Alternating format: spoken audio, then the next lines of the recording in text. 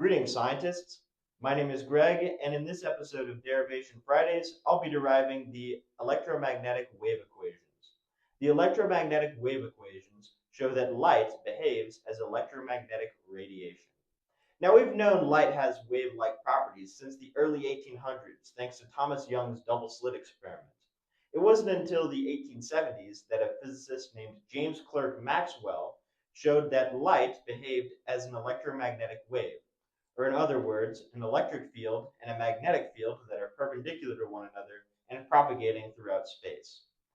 Now, this is considered to be one of the great unifications in physics, where three different phenomena that were thought to have nothing to do with one another, electricity, magnetism, and light, were shown to actually be one of the same thing. And in this video, we'll be doing just that. We'll be following the footsteps of Maxwell, and we'll be deriving the electromagnetic wave equations showing that light behaves as an electromagnetic wave. The way Maxwell obtained his results is not what we're going to be doing in this video. The way Maxwell did it was very archaic. Instead, in this video, what we'll be doing is we'll be using the four modern Maxwell equations, which describe the divergence and the curl of both the electric field and the magnetic field, and we'll use the vector calculus identity, which says that the curl of a vector field is equal to the gradient of the divergence of the vector field minus the Laplacian of the vector field. And we'll be using this identity to derive the electromagnetic wave equations. We'll get two wave equations, one for the electric field and one for the magnetic field. We'll start by assuming that our wave is propagating in free space, or in other words, that there are no external charge densities and no external current densities. So rho and J will equal 0. Now this changes our Maxwell's equations such that the divergence of the electric field then becomes 0, and the curl of the magnetic field becomes mu naught epsilon naught partial time derivative of the electric field. Now we can use our vector calculus identity, the curl of the curl, to obtain our wave equations. Let's start with the electric field. So we apply the electric field to our vector calculus identity, and we get that the curl of the electric field is equal to the gradient of the divergence of the electric field minus the Laplacian of the electric field. And now we can manipulate this equation to get a wave equation. Let's start by manipulating the right side of the equation, since that's the easier one to work with. So we know from Gauss's law in free space, which is just our first Maxwell equation, that the divergence of the electric field is equal to 0. Therefore, this term will go to 0, and all we'll have left on the right side of the equation is the negative Laplacian of the electric field. Now let's manipulate the left side of the equation. So we know that the curl of the electric field from Faraday's law is equal to the negative partial time derivative of the magnetic field. So we can rewrite the left side as the curl of the negative partial derivative of the magnetic field with respect to time. And the curl is only going to be operating on the field. It's not going to be operating on the derivative. That doesn't really make any sense. So what we can do is we can just pull the negative time derivative out, and we have that the negative time derivative of the curl of the magnetic field is our left side of the equation. Now we know from our fourth Maxwell's equations, the Maxwell-Ampere law, that in free space, the curl of the magnetic field is equal to mu naught epsilon naught times the time derivative of the electric field. We can rewrite this portion as being the negative time derivative of mu naught epsilon naught partial time derivative of the electric field. And these two partial derivatives will just combine. So we get negative mu naught epsilon naught second partial time derivative of the electric field is equal to the negative Laplacian of the electric field. And since we have negatives on both sides, we can just get rid of those. And what we're left with is a wave equation for the electric field. Now I'll explain a bit more about what this equation means and how it relates to a wave equation in just a little bit. But first, let's redo what we just did, but this time with the magnetic field. So erasing all this, instead of the electric field, let's plug in the magnetic field. So we have the curl of the magnetic field is equal to the gradient of the divergence of the magnetic field minus the Laplacian of the magnetic field.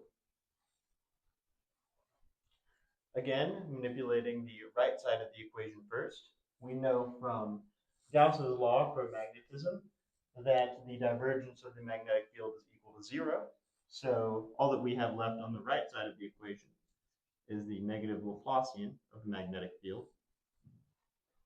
And we know from Maxwell-Ampere's law in free space that the curl of the magnetic field is equal to mu naught epsilon naught partial time derivative of the electric field. So our left side of the equation is in the curl of mu naught epsilon naught partial time derivative of the electric field. And as with the previous equation, we can simply pull all of this out as the curl is only acting on the field. And what we get is mu naught epsilon naught, the partial time derivative of the curl of the electric field.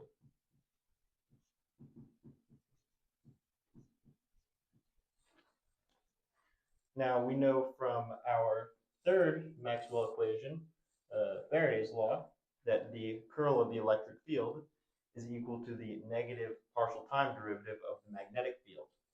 So we can replace this term with just the negative partial time derivative of the magnetic field. And the two time derivatives will once again combine, and we'll get negative mu naught epsilon naught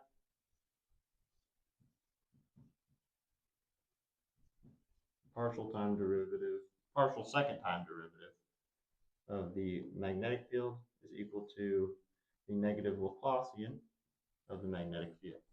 And then our negatives cancel out,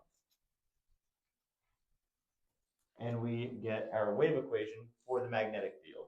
And as you can see, this has the exact same form as our previous equation with the electric field, but instead of the electric field, it's the magnetic field.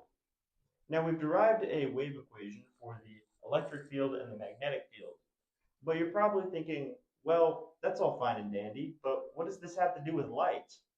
Well, in order to discuss that, let's first talk about what a wave equation actually is. So a wave equation is an equation that describes the behavior of a wave. And wave equations have this kind of form. Wave equations in 3 dimensions specifically.